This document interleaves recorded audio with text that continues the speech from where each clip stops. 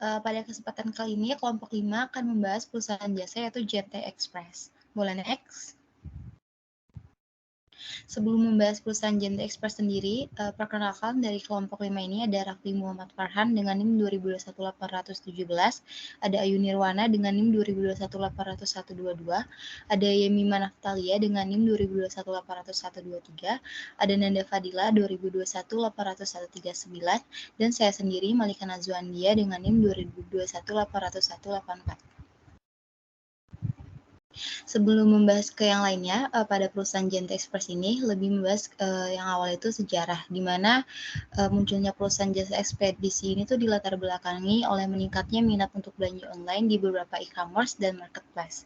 JNT Express sendiri didirikan pada Agustus 2015, tepatnya di 20 Agustus oleh founders sekaligus JNT Express owner yaitu Jet Li, di mana perusahaan dengan nama resmi PT Global Jet Express ini mulai beroperasi di awal September pada tahun 2015 dengan kantor pusat yang berada di daerah Pluit, Jakarta Utara. JNT Express owner sendiri tuh mengungkapkan bahwa asal nama dari JNT sendiri tuh dapat diartikan dengan Jet Anthony, di mana mereka mendirikan perusahaan ekspedisi ini juga dilatar belakangi dengan dunia logis Indonesia yang pada saat itu masih tertinggal dan belum maksimal. Selanjutnya akan dibahas slide berikutnya oleh teman saya. Selanjutnya ada latar belakang JNT. Nah, di sini perusahaan JNT Express itu berdiri pada tahun 2015 di Jakarta, Indonesia yang berbasis teknologi. Pelayanan yang diberikan adalah keseluruhan kota yang ada di Indonesia hingga layanan ekspres internasional dengan layanan internet. Difokuskan untuk melayani konsumen dengan layanan kualitas terbaik dari perusahaan ekspres yang ahli di bidangnya.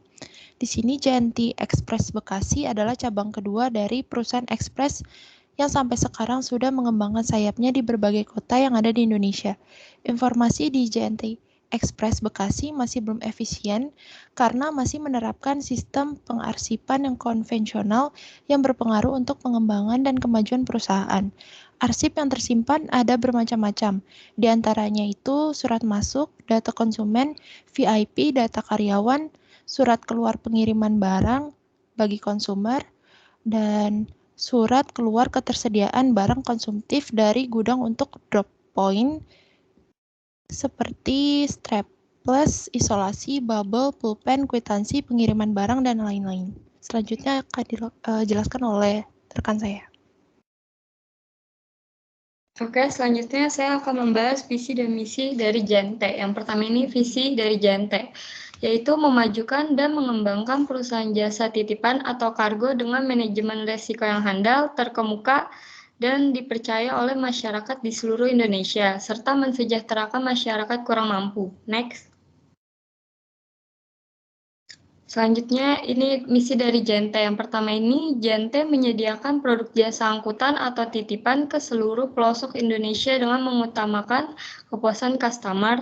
Yang kedua, JNT menyelenggarakan kegiatan usaha yang menciptakan iklim kerja yang kondusif bagi komunitas perusahaan untuk berkontribusi secara maksimal demi pertumbuhan dan kelangsungan hidup perusahaan. Yang ketiga, JNT menjalankan bisnis kargo atau jasa titipan dan manajemen risiko secara etikal untuk meningkatkan nilai pemegang saham secara maksimal. Keempat, JNT berperan serta dalam usaha pengembangan ekonomi nasional. Yang kelima, JNT berusaha dan bekerja dengan semangat bertumbuh kembang bersama pelanggan dan peningkatan modal untuk kepentingan pemegang saham. Yang keenam, JNT turut serta membantu pemerintah dalam mengurangi kemiskinan dengan memberi santunan kepada anak yatim, piatu, dan kaum duafa. Yang ketujuh, JNT membuka lapangan kerja bagi masyarakat luas, terutama masyarakat menengah ke bawah dengan penghasilan maksimal sesuai kebutuhan pemerintah. Dan yang terakhir, JNT membantu pemerintah dalam peningkatan ekonomi rakyat dengan pendistribusian barang-barang kebutuhan rakyat sampai ke pelosok tanah air dengan harga yang terjangkau. Selanjutnya akan dibahas teman saya. Selanjutnya saya akan membahas SWOT PT JNT. Analisis SWOT JNT adalah proses evaluasi yang digunakan untuk mengidentifikasi kekuatan, kelemahan, peluang, dan ancaman yang dihadapi oleh JNT dalam menjalankan bisnisnya. Next. Kekuatan JNT yaitu ada yang pertama jaringan pengiriman luas, yang kedua teknologi canggih, yang ketiga reputasi yang baik, yang keempat keunggulan operasional, yang kelima kemitraan yang kuat, yang keenam ada layanan pelanggan yang baik, yang ketujuh inovasi produk, yang kedelapan pelepasan biaya logistik, dan yang kesembilan ada kepegawaian yang profesional, 10 ketersediaan layanan ekspor dan impor, 11 keandalan pengiriman, 12 inovasi teknologi, 13 pelayanan door to door, 14 kapasitas penanganan logistik yang besar, dan 15 kebijakan pengiriman yang fleksibel, 16 layanan pelacakan paket yang mudah, 17 keamanan paket yang terjamin, 18 jaminan penggantian kerusakan, dan 19 komitmen terhadap berkelanjutan, dan yang terakhir pengenalan JNT di masyarakat. Next. Kelemahan pada PT JNT. Yang pertama kekurangan layanan internasional, yang kedua kekurangannya di verifikasi layanan, yang ketiga ketergantungan pada infrastruktur yang ada, yang keempat ketergantungan pada pihak ketiga, yang kelima waktu pengiriman yang tidak tetap, yang keenam kurangnya layanan pelanggan yang personal, yang ketujuh pengelolaan pengiriman yang kurang efisien, yang delapan komplain pelanggan yang tidak ditangani dengan cepat, 9 kurangnya inisiatif pemasaran, yang 10 kurangnya fokus pada e-commerce, dan yang 11 tingginya biaya pengiriman, 12 kurangnya tenaga kerja yang terlatih, 13 kurangnya keterlibatan dengan komunitas lokal, 14 kurangnya layanan konsultasi bisnis, 15 kurangnya strategi inovasi, 16 kurangnya sistem pengiriman yang ramah lingkungan, 17 tingginya tingkat pencurian paket, 18 kurangnya integrasi dengan platform e-commerce, yang ke-19 kurangnya layanan pencadangan, dan yang terakhir kurangnya komunikasi internal yang efektif. Next. Selanjutnya di sini peluang JNT. Yang pertama ada pertumbuhan e-commerce, yang kedua peningkatan penetrasi pasar, yang ketiga ada pengembangan layanan kargo, keempat penggunaan teknologi big data, yang kelima ada kemitraan dan platform e-commerce, yang keenam ekspansi internasional, 7 peningkatan layanan pelayaran, yang ke-8 ada inovasi dalam layanan pengiriman, 9 layanan pelanggan yang lebih personal, yang ke-10 mengikuti perkembangan teknologi, yang 11 ekspansi ke segmen pasar baru, 12 penawaran layanan logistik yang terintegrasi, yang ke-13 mempertahankan hubungan yang baik dengan pelanggan.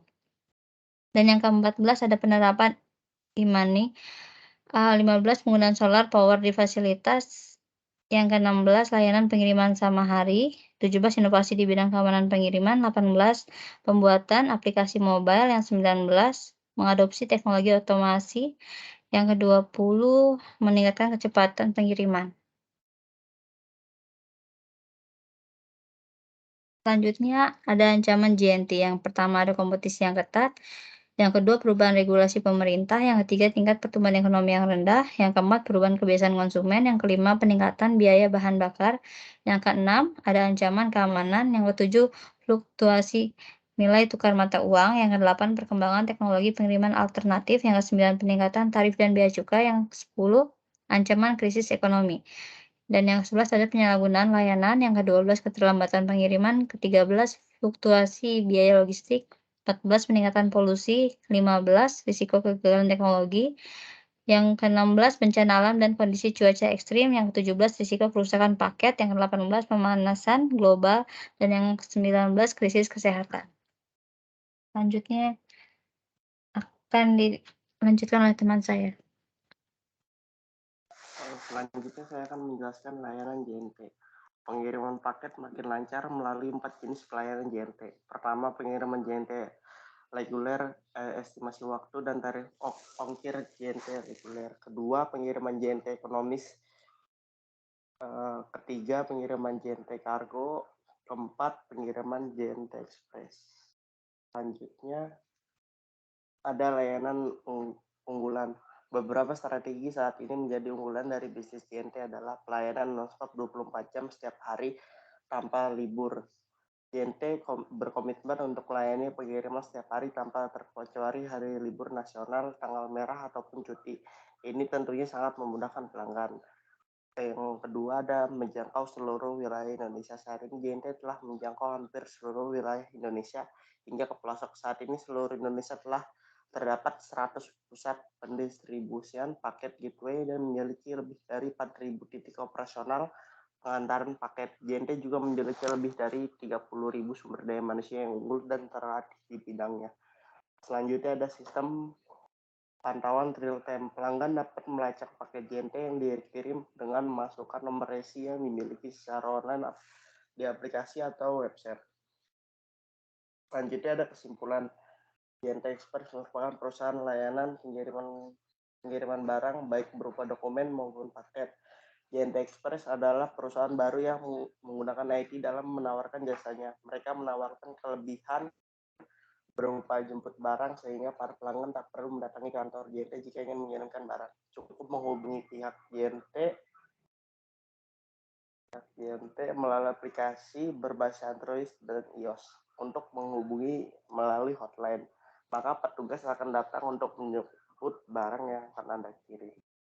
Sekian dari kelompok kami. Apabila ada salah-salah kata mohon dimaafkan. Terima kasih.